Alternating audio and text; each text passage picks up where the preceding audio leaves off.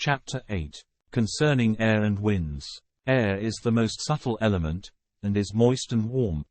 Heavier, indeed, than fire, but lighter than earth and water.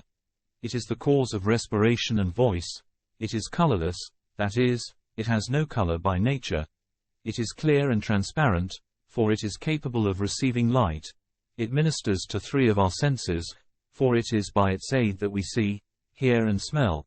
It has the power likewise of receiving heat and cold, dryness and moisture, and its movements in space are up, down, within, without, to the right and to the left, and the cyclical movement.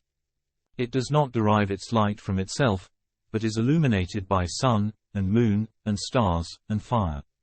And this is just what the Scripture means when it says, "And darkness was upon the deep," Genesis chapter 1 verse 2.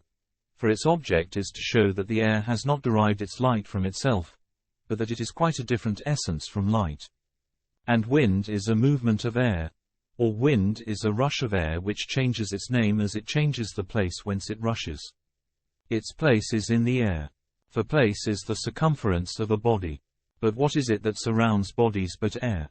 There are, moreover, different places in which the movement of air originates, and from these the winds get their names. There are in all 12 winds.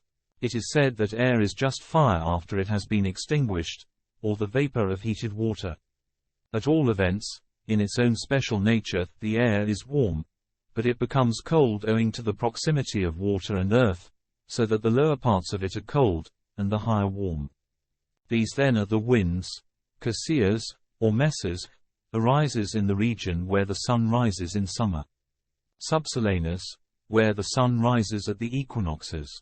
Eurus, where it rises in winter. Africus, where it sets in winter. Favonius, where it sets at the equinoxes, and Chorus, or Olympias, or Yapix, where it sets in summer.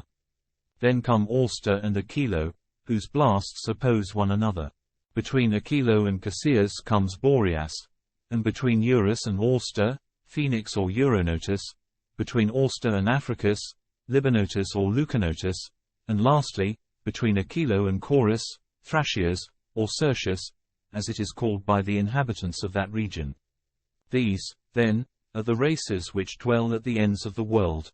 Beside Subsolanus are the Bactriani, beside Eurus, the Indians, beside Phoenix, the Red Sea and Ethiopia, beside Libonotus, the Garamantes, who are beyond Cistus, beside Africus, the Ethiopians and the western Maori, beside Favonius, the columns of Hercules and the beginnings of Libya and Europe, beside Chorus, Iberia, which is now called Spain, beside Thracia, the Gauls and the neighboring nations, beside Aquilo, the Scythians who are beyond Thrace, beside Boreas, Pontus, Maeotis and the Sarmatae, beside Cassius, the Caspian Sea and the Sakai.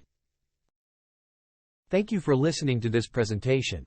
If you found it interesting and informative, I would humbly ask that you help support this ministry of spreading the knowledge of Christianity. Simply subscribe to this channel, give the video a thumbs up, and click on the notification bell. Any comments you may leave will be appreciated. You can also help spread the message of salvation by sharing this video on your social media pages. May God keep and bless you.